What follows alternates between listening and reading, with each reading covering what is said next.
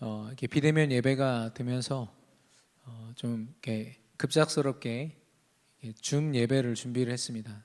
이 앞에 화면에 어떤지 모르겠는데 뒤에 화면에 지금 줌 예배로 우리 성도님들이 각 가정에서 렘넌트들과 함께 참여하고 계시거든요. 우리가 있는 그곳이 하늘 보좌가 임하는 참된 예배의 자리가 될 줄로 믿습니다. 승리하시기를 바랍니다. 오늘 서론에서 강단의 말씀 마태복음 28장 18절에서 20절 하나님의 지상 명령입니다. 예수님의 지상 명령입니다. 부활하신 예수님께서 모든 언약을 다 주시고 마지막으로 주신 미션이거든요. 우리가 우리의 생을 걸고 감당해야 될 미션인 줄 믿습니다. 특별히 많은 사람들이 어떻게 살아가지? 무엇으로 살아가지? 특별히 지금 2021년도가 시작된 지 며칠 지났는데 내가 어떻게 시작하면 좋을까? 이런 고민들을 많이 하더라고요. 가뜩이나 이제 코로나 때문에 계획했던 것들, 생각했던 것들이 잘 안 되고 그럴수록 우리는 방법을 찾아갑니다. 근데 그 대부분의 방법들은 세상적인 방법이거든요. 불신자도 할 수 있는 방법이라면 하나님이 분명히 뭐라고 말씀하시냐?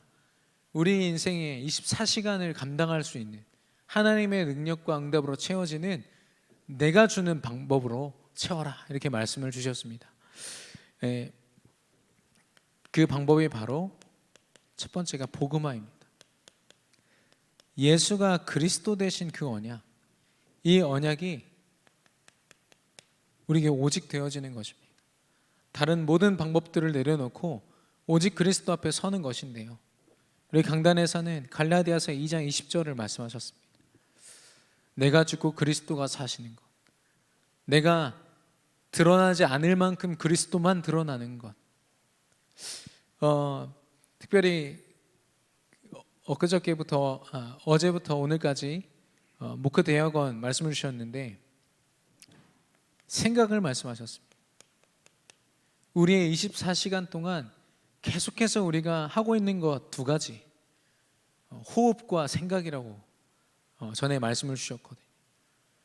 우리가 호흡, 기도를 통해서 나아갈 수도 있겠지만 생각을 바꾸는 것. 어떻게 우리의 생각을 바꿀 수 있습니까?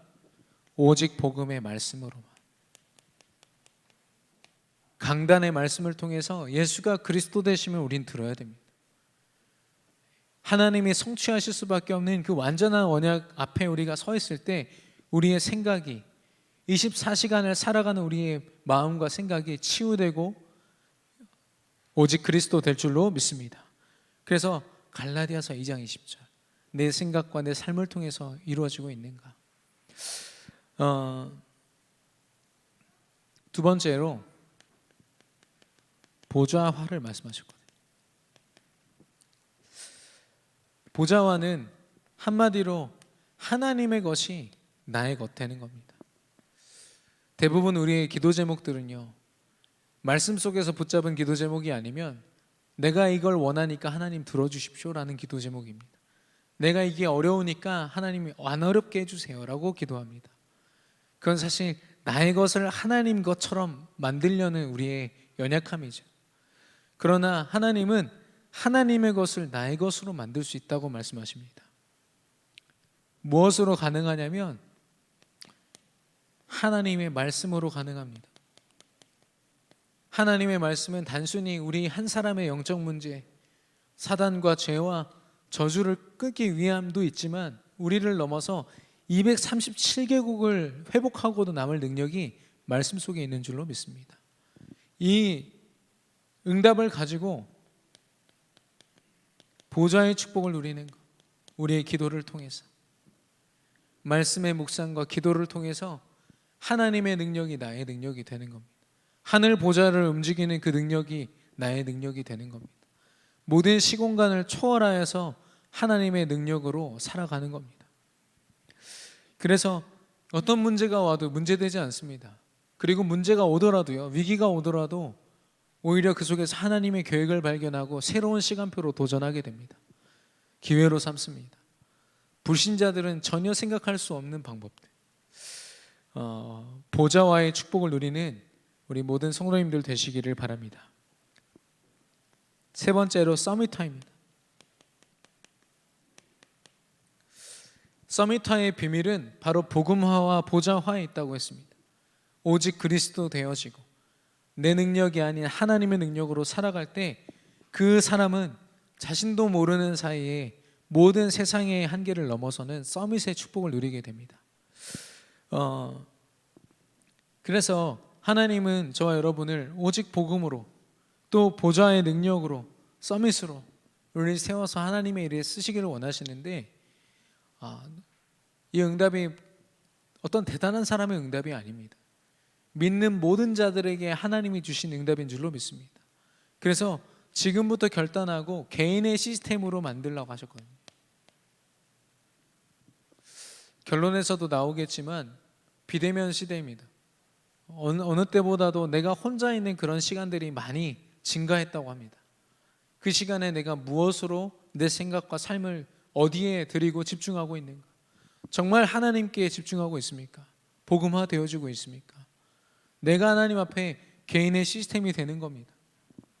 오늘 나눌 이 인물이 바로 다니엘인데요. 다니엘이 지금 자기 인생의 중요한 시작을 하는 이 시간은 절대로 믿음을 고백할 수 없는 상황이었습니다. 근데 다니엘은 그 한 사람이 자신이 시스템이 되어서 바벨론이라는 나라 하나를 완전히 바꿔놓거든요.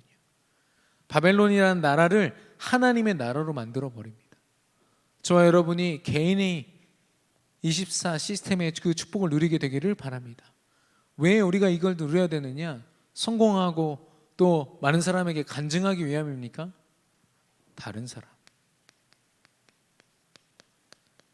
복음 몰라 죽어가는 사람, 그리고 다른 현장, 사단의 저주와 시스템 속에 멸망할 수밖에 없는 현장, 그리고 하나님이 우리에게 맡기신 후대 렘넌트 미래를 향해서 이 축복을 우리가 누릴 뿐 아니라 전달해야 될 줄로 믿습니다. 묵상할수록 엄청난 말씀을 우리에게 주셨습니다. 1년 동안 내가 받을 응답이 이 속에 다 있음을 알고 계속해서 묵상 속에 여러분의 삶을 발견하는 우리 모든 성도님들 되시기를 축원합니다.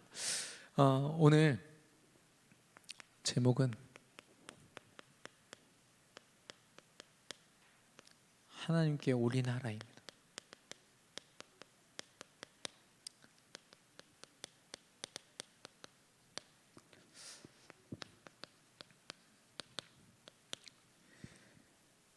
지금 다니엘이 추정하는 나이로는 18살입니다. 멀쩡하게 이 믿음의 그런 공동체 속에서 이스라엘에서 유대 사회에서 잘 살다가 지금 전쟁이 나고 나라를 잃어버리고 결국에는 포로로 속국으로 바벨론의 포로가 되게 되거든요. 어떻게 보면은 이제 행복 끝 불행이 시작입니다. 어딜 봐도요 믿음을 고백할 수 있는 그런 문화가 아니었고 그 시작 자체가 어떻게 보면 저주고 재앙이죠. 저와 여러분이 2021년도를 시작하는 시작의 시간표 속에 있습니다. 우리가 무엇을 의지하고 무엇을 바라보고 1년의 계획, 우리 미래의 계획을 짜야 될까요? 다니엘이 경험했던 이 시작의 시간표를 보기 원합니다. 오늘 1절에서 2절 보니까 하나님의 성전에서 드려진 이 집기들, 그릇들,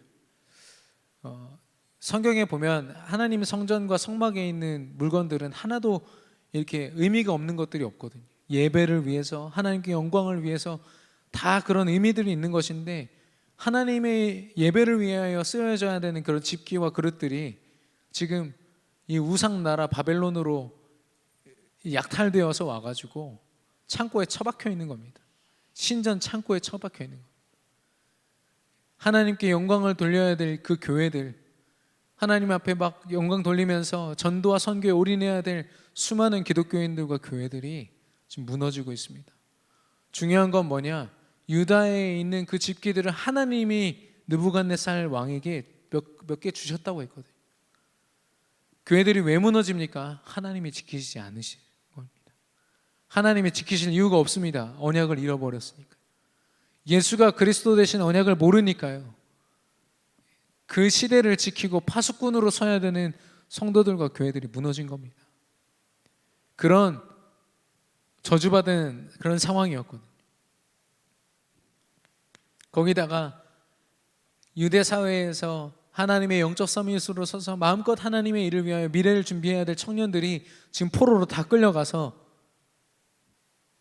국가를 섬기고 우상을 섬기는 왕을 또한 섬기는 그런 사단 서밋으로 지금 준비되는 지금 환경 속에 있는 것이죠.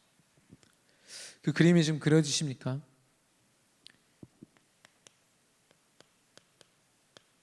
겉으로 볼 때는 강대국이요 엄청난 일들이 일어난 것 같지만 결국엔 사단의 속임수입니다.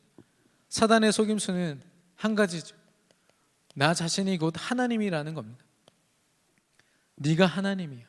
네 인생 주인. 네가 맘대로 할 수 있어.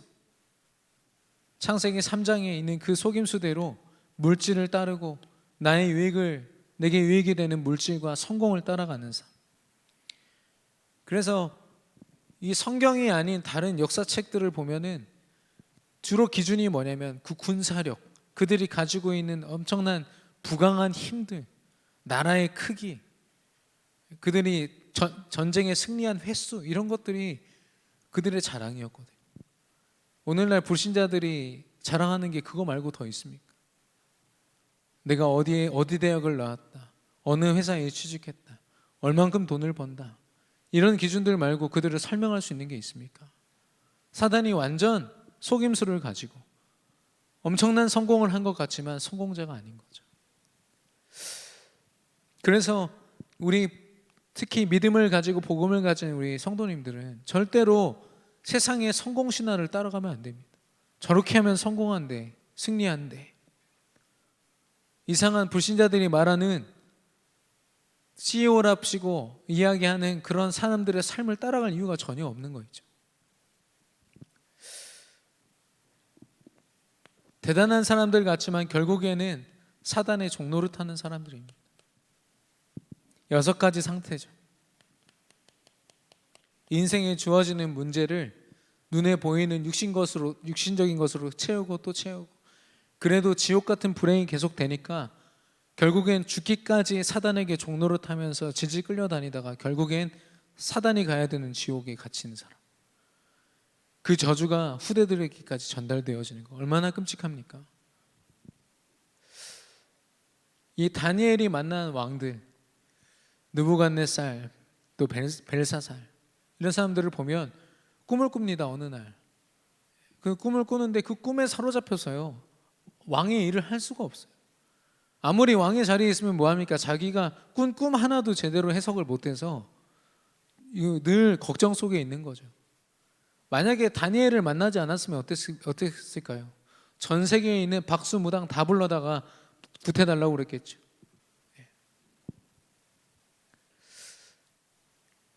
그 예전에 쿨이라는 그런 그룹이 있습니다. 여러분도 아시겠지만 거기 연예인들 3명이 다 기독교인들이거든요. 근데 그 중에 한 사람이 이 무당들이 그 게이로 대표되는 그 홍석천 씨가 이렇게 그 MC를 맡은 무속인들을 초청해서 막 그 굿하는 그런 프로그램이 있나 봐요. 거기에 초청을 받아가지고 자기 그 사고로 죽은 자기 전처를 귀신을 통해서 만나려고 천도제를 지내고, 그 막 귀신이 자기 아내 소리를 얘기하고 아내가 했던 그 경험을 막 얘기하니까 울면서 막 껴안고, 무당이 하는 짓인데 잠깐 봤는데요, 이 사람 구원 못 받았구나. 전혀 구원을 못 받은 거예요. 교회를 다니고 찬양을 하고 그런 고백들을 했지만, 간증도 했지만 결국 이 사람 예수님을 그리스도로 영접하지 않았구나. 많은 사람들이 사단의 종로를 타고 있습니다. 심지어는 교회 안에서 신앙생활을 하고 있다라는 많은 기독교인들조차도요, 답이 없습니다.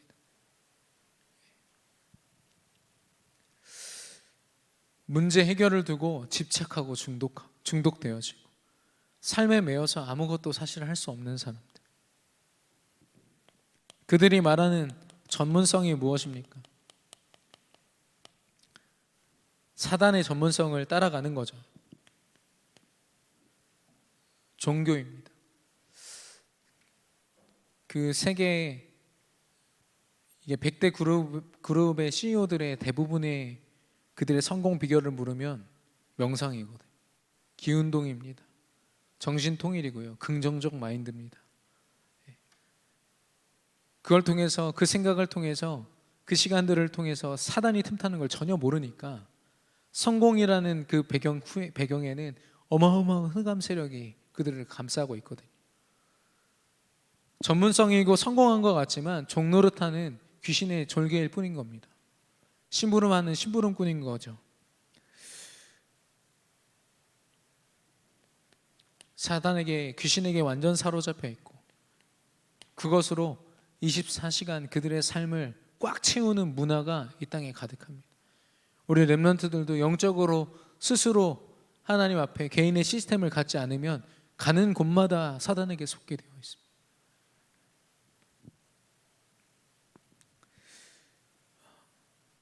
이 사단이 얼마나 이 부분에 전문성이 있냐면 3단체와 또 사단 서밋들, 우리 오늘 처음으로 이렇게 줌으로 비대면 예배를 이렇게 또 드리고 있지만 이것보다 더 집요한 방법으로 자신들의 제자를 세우고 자신들이 하고 있는 이 사단의 심부름을 또 다른 할 수 있는 또 다른 사단 서밋을 세우는 그 일에 올인하고 있거든요.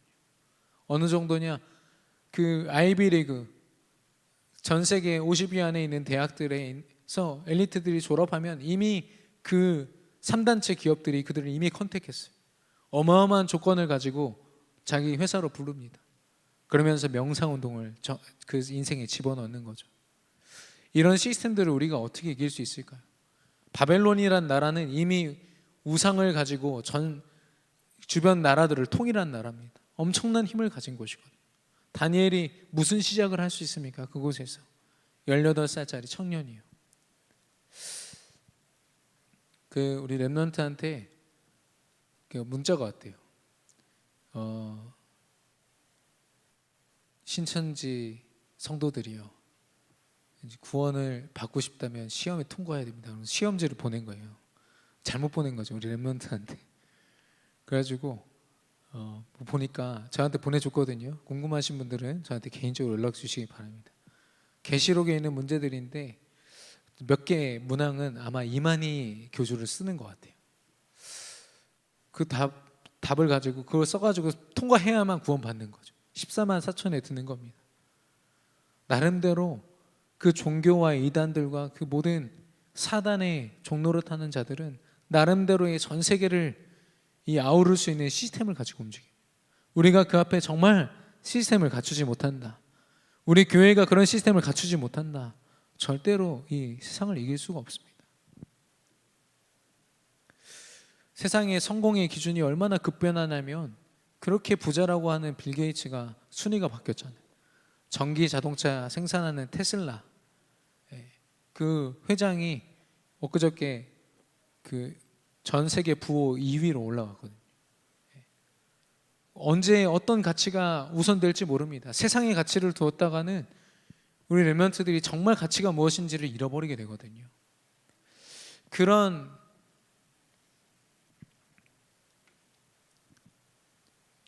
바벨론의 그 문화와 환경 속에서 다니엘이 시작을 해야 되는 겁니다. 믿음으로요.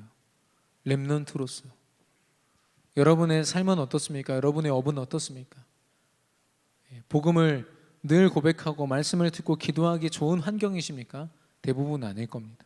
특별히 우리 렘넌트들 어렸을 때부터 학업으로 이 수업을 통해서 선생님에게 각인되는 대부분의 수업들이요, 복음이 아닙니다. 근데 그 속에서 정말 승리하는 방법이 무엇일까요? 다니엘을 통해서 우리가 알기 원하는데요, 뜻을 정했다고 했습니다. 뜻을 정하여 왕이 시키는 대로 하지 않겠다라고 하는 겁니다. 그 우상 섬기는 것과 똑같이 왕을 섬기라고 이 왕들이 그런 강요를 하거든요. 그때마다 다니엘은 절대로 섬기지 않겠다 이런 고백을 하는데, 단순히 내가 왕을 섬기지 않겠다, 우상 숭배 안 할 거야 이런 고백을 넘어서는 엄청난 축복입니다. 우리가 같이 나누기를 원하는데 8절이죠. 이 축복을 우리 강단의 말씀으로 하면 화입니다. 화, 복음화, 보좌화, 서밋화. 다니엘은 그 축복을 알았습니다. 여기에서 내 능력, 내 기준, 내 생각 가지고 살았다간 내가 이들에게 먹힌다라는 걸 알았습니다. 그래서 나의 모든 것을 하나님화하는 겁니다. 하나님의 보좌의 능력이 나의 능력이 되면 끝이다. 하나님이 주신 언약이 내 삶의 24시간 되면 끝이다. 내가 영적으로 서밋되면 끝이다. 결론 내린 것이죠. 그래서 나를 바꾸는 겁니다. 언약 안에서 하나님이 나를 바꾸시도록. 첫 번째, 오직 믿음과 복음입니다. 예수 그리스도 그 언약으로 복음화 되어지는 거죠. 이 다니엘서를 보시면 예수님이 모든 왕들, 모든 이 세력들을 이기시고 결국에는 한 왕이 오실 것이다, 한 사람이 오실 것이다, 이걸 다니엘이 환상 속에서 보게 됩니다. 예언을 하거든요. 그게 바로 예수 그리스도입니다. 아직 예수님이 오시지도 않았지만 다니엘은 그것을 보았습니다. 복음화에 올인한 거죠. 오직 하나님 주신 언약에 올인한 겁니다. 그래서 우리에게 주신 예수 그리스도의 능력, 모든 문제 해결자라고 우리가 말은 하지만 정말 모든 문제 해결자 맞습니까? 예수 그리스도가 우리의 주인, 우리 그리스도가 맞다면 우리는 걱정할 게 없는 줄로 믿습니다. 어떠한 것도 우리를 힘들게 할 수 없고 위기 속에 빠뜨릴 수 없는 줄로 믿습니다. 어느 정도냐면 다니엘이 오늘 본문에서 왕이 주는 음식, 고기를 먹어야 피부가 윤택하다, 기름져진다. 근데 다니엘이 왕이 준 음식 먹고 싶지 않다. 우상에게 바쳐진 음식을 먹지 않겠다라는 거죠. 그러면서 자기는 채소만 먹겠다라고 합니다. 이게 무슨 말입니까? 단순히 어떤 건강의 문제입니까? 사람들이 생각하는 일반 상식을 초월해버리는 겁니다. 그래도 고기는 먹어야지, 그래도 고기는 먹어야 좀 이렇게 기름져지지 않겠어. 다니엘에게는 그런 세상이 말하는 그런 기준들이 필요가 없는 겁니다. 또 한 명 있죠. 류광수 목사님. 잠을 안 주무십니다. 그런데도 건강이 해침을 받지 않습니다. 그분을 보면서 처음에는 저분은 하나님이 쓰시는구나 이렇게 생각했는데요, 그분에게는 우리가 생각하는 그래도 3시간은 자야지라는 말이 안 통해요. 왜냐? 복음에 올인해버리니까요. 인간이 가지고 있는 한계, 기본적으로 이 정도는 해야 되지 않겠냐 하는 한계를 다 초월해버린 거예요. 다니엘이 그 일의 증인이 된 겁니다. 삶에 매이지 않는 거죠. 내가 어떻게 살아야 된다, 불신자들이 말하는 이렇게 해야 건강하다, 이렇게 해야 살 수 있다, 행복하다 하는 모든 기준들을 다 초월해버린 겁니다. 두 번째, 오직 기도입니다. 다니엘서 6장 10절. 다니엘이 전에 하던 대로 감사함으로 예루살렘을 향하여 창문을 열고 하루에 3번 하나님께 정시기도하는 모습입니다. 보좌함. 죽음을 앞에 두고 있지만 다니엘에게는 자신의 죽음이 두렵지 않을 만큼 하나님 나라가 임했습니다. 내가 의지해야 될 것은 지금 내가 이 죽음을 피하기 위하여 어떤 방법을 써야 된다가 아니라 하나님의 참된 방법인 보좌화가 그가 택한 방법이었습니다. 내가 죽으면 죽었지, 하나님의 주신 최고의 축복, 이 보좌화의 축복을 놓치지 않겠다. 그의 기도는 그런 기도였습니다. 다니엘이 기도할 때 감사함으로 기도했다고 했는데 어떤 기도 제목으로 기도했을까요? 그 기도의 내용을 우리의 것으로 만드는 게 우리의 과제입니다. 어떤 위기 문제 속에서도 정말 하나님이 원하시는 오직 기도 속에 있는 자, 보좌와의 능력으로 승리하게 될 줄로 믿습니다. 세 번째로 오직 전도입니다.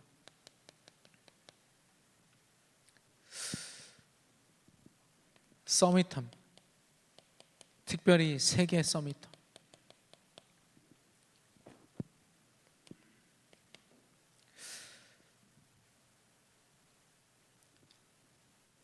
이 1장 20절에 보면은 이 다니엘과 세 친구들이 가진 지혜와 그 능력이 지혜로운 그 바벨론의 모든 술객들보다 10배나 많다고 했습니다.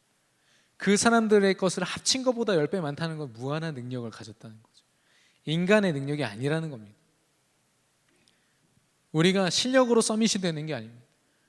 복음화, 보좌화의 능력을 통해서 하나님이 지혜를 부으시고 하나님의 능력을 더하실 때 왕들이 인정하는 서밋의 축복을 누리게 될 줄로 믿습니다.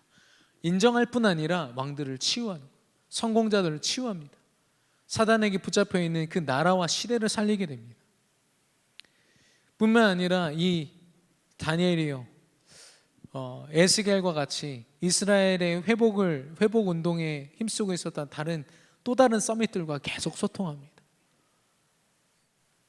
아마도 에스더, 그 왕비였던 에스더와도 소통하지 않았을까, 이렇게 보는 사람들도 있고요. 그래서 본인이 서밋의 축복을 누리면서 이 자신의 한계를 이 나를 포로로 잡은 바벨론에 두지 아니하고 다른 나라, 또한 하나님이 주신 하나님 나라 이스라엘을 회복하는 그 일에 자신의 삶을 드린 겁니다. 저와 여러분이 세계복음하겠다고 말은 하지만 정말 우리가 해야 될 것은 복음화와 보좌화의 축복을 우리가 있는 24시간 속에 누릴 때 하나님이 저와 여러분의 업을 통하여 서밋화의 축복으로 세계를 복음화하실 줄로 믿습니다. 그 응답을 우리가 누려야겠는데, 특별히 오늘 이 서밋을 말씀하시면서 갭을 말씀하셨어요. 말씀에서 세계 복음화를 말씀하시는데 내게는 갭이 느껴지는 거예요. 내 모습은 이렇고, 내 상황이 이렇고, 내 환경이 이런데, 이 생각을 치유받는 것, 이 생각을 오직 그리스도로 넘어서 버리는 것, 그게 바로 서밋이다 말씀하셨습니다. 어떠한 것도 여러분이 서밋의 축복을 누리는데 방해받지 않기를 바랍니다. 방해되지 않기를 바랍니다.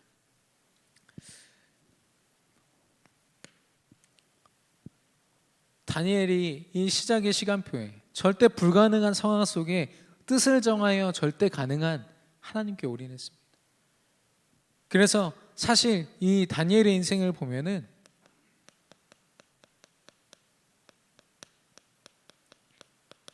하나님이 올인하신 그곳에 자신의 삶을 올인한 겁니다. 하나님이 응답하실 수밖에 없는 그 자리에 자신의 삶을 올인해 버린 겁니다. 응답을 받아야 된다, 뭘 체험해야 된다, 이런 말이 필요가 없죠. 하나님이 하실 거니까요. 우리 원단 메시지에서 말씀하셨습니다. 237 파수꾼.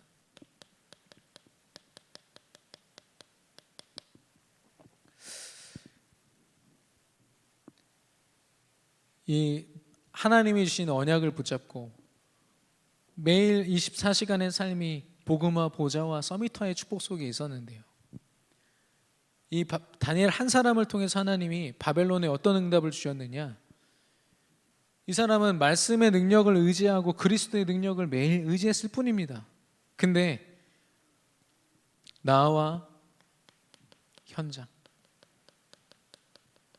후대, 나 자신을 우상으로부터 지키고 나를 살릴 뿐 아니라 현장을 살리는 것, 또한 하나님이 맡기신 후대를 살리는 자리에 있었습니다.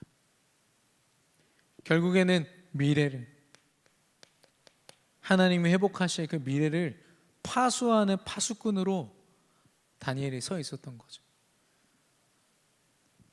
현장에서 다니엘이 총리라고는 하지만 아무리 총리였어도 지금처럼 기술도 발달되지 않은 그런 시대에 다니엘이 무슨 세계복음화를 할 수가 있습니까? 그런데 하나님이 이루셨다니까요. 하나님은 작업하고 계셨습니다. 다니엘 때문에 그 나라와 그 주변 국가들이 다 축복을 받고 우상으로부터 지킴을 받고, 우리의 작은 언약을 붙잡고 기도하는 그 시간을 통해서 하나님은 우리의 모든 현장, 후대와 미래를 파수하게 하실 줄로 믿습니다. 그래서 237을 움직일 능력 속에 다니엘이 있었던 겁니다. 두 번째로 영적 의사라고 했습니다.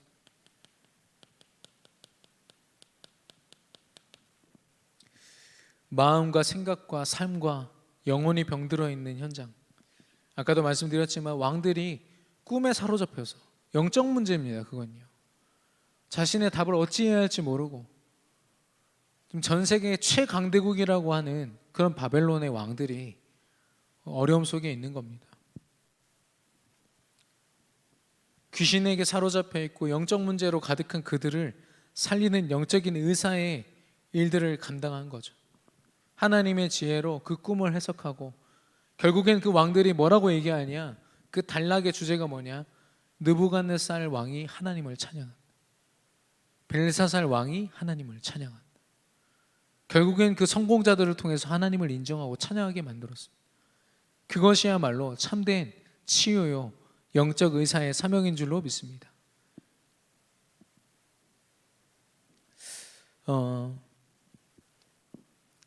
그래서 그 치유라는 시간표를 가지고 왕들을 움직였다. 그건 무슨 말입니까? 하나님이 그 한 시대를, 영적 문제를 치유한 다니엘의 손에 맡기신 겁니다. 영적인 치유, 오직 그리스도를 가진 저와 여러분을 통해서만 가능한 줄로 믿습니다. 그리고 그 영적 치유를 두고 전도와 선교에 올인하는 저와 여러분의 삶을 통해서 하나님은 이 시대를 움직이시고 시대를 맡기실 줄로 믿습니다. 세 번째로 그리스도의 대사입니다.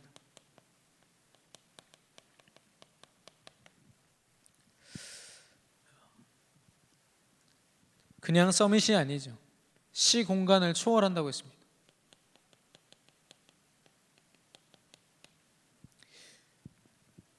우리가 탄자니아에 지금 당장 헌신할 수 있는 방법은, 선교할 수 있는 방법은 돈 송금하는 겁니다. 인터넷으로. 그러나 그것보다 더 효과적인 방법이 뭐냐? 기도하는 것. 우리가 현장에서 언약 붙잡고 탄자니아 현장을 두고 최영석 선교사님 두고 기도할 때 하늘 보좌의 능력으로 그곳에도 계신 성령 하나님이 역사하실 줄로 믿습니다. 그래서 이 시공간을 초월하는 하나님의 능력을 힘입은 자, 특별히 그리스도의 삼중직을 가진 자인데, 왕은요 모든 문제를 해결하는 권세를 가졌습니다. 그리스도가 우리와 함께 하시기 때문에 우리가 가는 모든 곳에 영적으로 병든 모든 문제가 해결될 줄로 믿습니다. 그리고 제사장의 권세를 가지고 있을 때 죄로 말미암아 일어난 모든 재앙이 무너진다고 했습니다. 또 선지자로서 불신자들이 절대 할 수 없는 미래를 살리는 일을, 후대를 세우고 렘넌트를 세워서 미래를 준비하고 살리는 일에 우리를 쓰신다고 말씀하셨습니다. 선지자의 권세로요. 하나님이 올인하실 수밖에 없는 그 축복된 자리. 다니엘은 이 24시간을 통하여 하나님의 정확한 시간표로 인도받았습니다. 우리가 2021년도를 시작할 때 우리 환경과 주변의 상황을 보면 참 쉽지 않습니다. 뭔가 시작을 하기, 믿음으로 시작하기. 그래서 하나님이 주신 24시간, 나의 24시간을 복음화 보좌와 서밋화의 응답 속에 찾을 때 하나님은 시대를 두고 우리를 이 파수꾼으로, 영적 의사로, 그리스도의 대사로 우리를 세우시고 승리케 하실 줄로 믿습니다. 결론입니다. 우리가 기준 삼아야 될 것이 있습니다. 강단의 말씀입니다. 강단 말씀 안에 하나님은 모든 것을 두셨습니다. 우리의 시작부터 끝까지 강단 말씀 안에 모든 하나님의 지혜와 능력과 모든 미래까지도 하나님이 그 안에 두셨거든요. 강단의 말씀을 생을 걸고 붙잡는 2021년도 되기를 바랍니다. 그리고 그 모든 과정 속에 기도로 우리가 인도받아야겠습니다. 우리가 계속 도전하고 있는 사모늘의 그 축복을 우리가 얕보면 안 됩니다. 당장 일어나는 일이 없다고 우리가 그걸 소홀히 하면 영적인 축복을 놓치게 되는 것입니다. 우리가 왜 응답받고 왜 인도받아야 됩니까? 전도를 위해서. 하나님이 주신 절대 목표입니다. 마태복음 28장 18절에서 20절. 하늘과 땅의 권세를 우리에게 왜 주셨습니까? 온 천하 만민에게 복음 증거하라고. 그 일을 위해서 하나님이 하늘 보좌의 능력으로 세상 끝날까지 함께 하시겠다고 말씀하셨습니다. 특별히 오늘부터 비대면 예배로 다 전환이 됐습니다. 예배를 왜 대면 예배를 강행해야 되는가? 이런 질문들을 저한테 많이 하셨거든요. 예배를 강행하고 강요하는 게 아닙니다. 손해보면 안 되기 때문에. 예배의 모습이 달라졌다고 해서 우리가 영적으로 손해볼 이유가 요만큼도 없거든요. 내 환경이 바벨론 한가운데 있다고 해도 이 축복으로 우리는 얼마든지 하나님이 주신 응답을 누릴 수 있습니다. 핑계대지 않고 다른 것으로 절대로 손해보지 않는 저와 여러분 되기를 바랍니다. 그리고 비대면이라고 했습니다. 우리 예배국장님과 대화를 이제 나누면서 했던 이야기가 뭐냐, 비대면 예배를 제대로 해보자라고 말씀을 나눴습니다. 그 말이 뭐냐면 어떤 한 명의 성도들도 절대 손해보지 않도록 한번 제대로 해보자. 그래서 주일 예배 드리는 그 순간까지도 줌과 여러 가지 모습으로 여러분의 예배를 도울 것입니다. 그런데 그 예배 후에도 우리 각 구역 조직과 우리 교역자들을 통해서 모든 성도님들에게 그 영적인 상태가 점검되고 말씀이 각인되는 그 일을 도울 것입니다. 비대면이지만 여러분 각 한 사람 한 사람이 개인이 시스템을 갖추도록 도울 것입니다. 그래서 여러분도 결단해 주시고, 특별히 우리 렘넌트들 하나님의 시간표인 줄 알고 비대면 상황 속에서 절대 지치지 않고 예배할 수 있기를 바랍니다. 하나님께서 올인하신 그 일에 우리의 삶을 들여 올인하고 다니엘과 같은 응답을 받는 저와 여러분 되기를 바랍니다. 주신 말씀 붙잡고 기도하겠습니다. 하나님 아버지 감사합니다.